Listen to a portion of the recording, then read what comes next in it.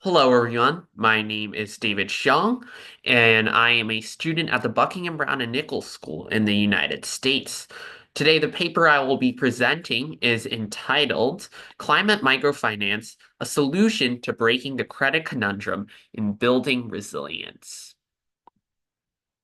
Now, let's dive in to this paper and what it's about.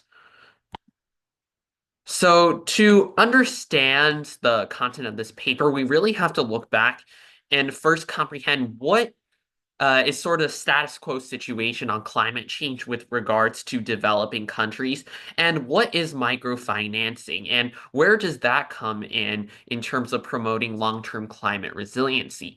Well, climate change, as numerous studies, if you read the literature, have shown disproportionately affects infrastructure-starved developing areas, especially in Africa, Asia, and Latin America, who often lack an adaptive capability to these constant changes in climate.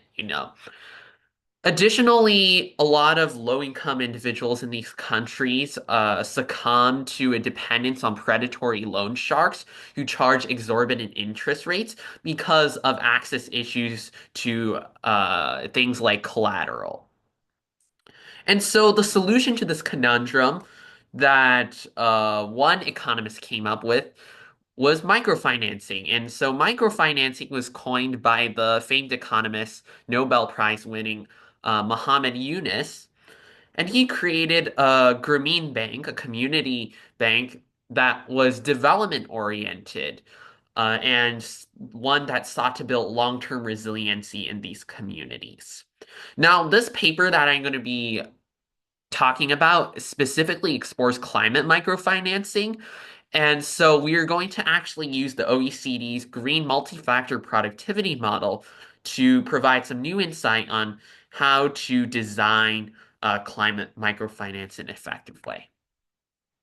So let's dive into the methodology. What is this GMFP formula by the OECD? So traditionally, economists like to measure economic growth using GDP, right?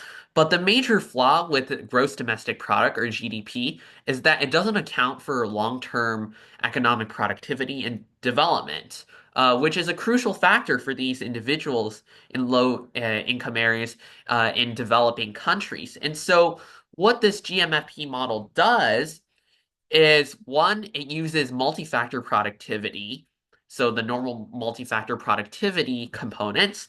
But in addition to that, it also accounts for sustainability through utilizing the concept of green capital. And so as you can see here, we have a calculus equation using the change of the natural log of GMFP with respect to time. And it's related to all these factors here, including wage rate, labor, capital, natural capital, and input costs. So this formula really enables us to do a qualitative analysis of microfinance impacts and the overall contribution to green productivity and resilience. Okay, let's talk about each factor of GMFP and how it will be affected by microfinance. So let's start with produced capital and associated input costs. So with microfinance, we'll have an increased production of more output, as in GDP, by easing credit constraint.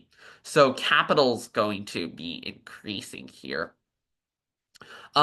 In terms of labor, we're going to have improved labor productivity through the adoption of sustainable practices and technology. And as you have improved labor productivity, you're also going to have, as a result, a lower labor variable if you go back to the equation here, right? And you will also have an increase in GDP, so overall GMFP increase again.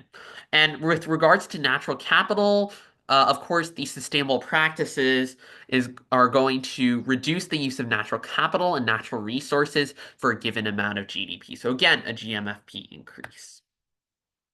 These are some case studies of climate microfinance. I'm not going to go into detail, but these are examples that I tie into the analysis in my paper and that really explain and give examples of case studies of sustainable practices that affect said factors in the GMFP formula. So, what are the risks of climate microfinancing and how can we mitigate them? Because it isn't all just a black and white picture and, oh, GMFP is going to definitely increase. There are still issues with climate microfinance that need to be addressed. So, the first issue is that there can be debt traps from over indebtedness. So, like if an individual misses a payment, let's say, and then they can't pay their loan back, that further perpetuates a cycle of debt that they kind of get sucked into and are trapped in and can't get out of, which is exactly what microfinance is intended to avoid, in contrast to the exorbitant loan rates of the loan sharks. And also, microfinancing may not be as cheap as you think because of high administrative costs. But the solution to both this issue and the former issue is that we can create these structures of group lending and co-ops with flexible repayment structures so individuals don't feel credit constrained. And another added advantage of group lending and co-ops is people have a sense of collective responsibility. And certain studies of behavioral economics have shown that when individuals have this group of collective responsibility as something part of something bigger, they are more disciplined and they are actually more likely to manage their finances well so that they're able to repay their loans. So, what's our ultimate conclusion? We conclude that climate microfinance does indeed increase GMFP and build long-term climate resilience. But the key to ensuring that climate microfinance's negative effects can be mitigated is not being unreasonable with payment frequency and balancing the degree of discipline. Discipline can be cultivated again through group co-ops, but we also need to have flexibility for these individuals in payment structure so that they don't feel credit constrained. And in addition, we need to conduct further research because this was really broad and use qualitative analysis. But I believe that if we go to look at specific programs and look at specific case studies and conduct econometric analysis on that, that we can further refine our research on this emerging field of microfinance. So that's my presentation. Thank you so much for listening, and it's been an honor to present for ICMRED. Thank you so much.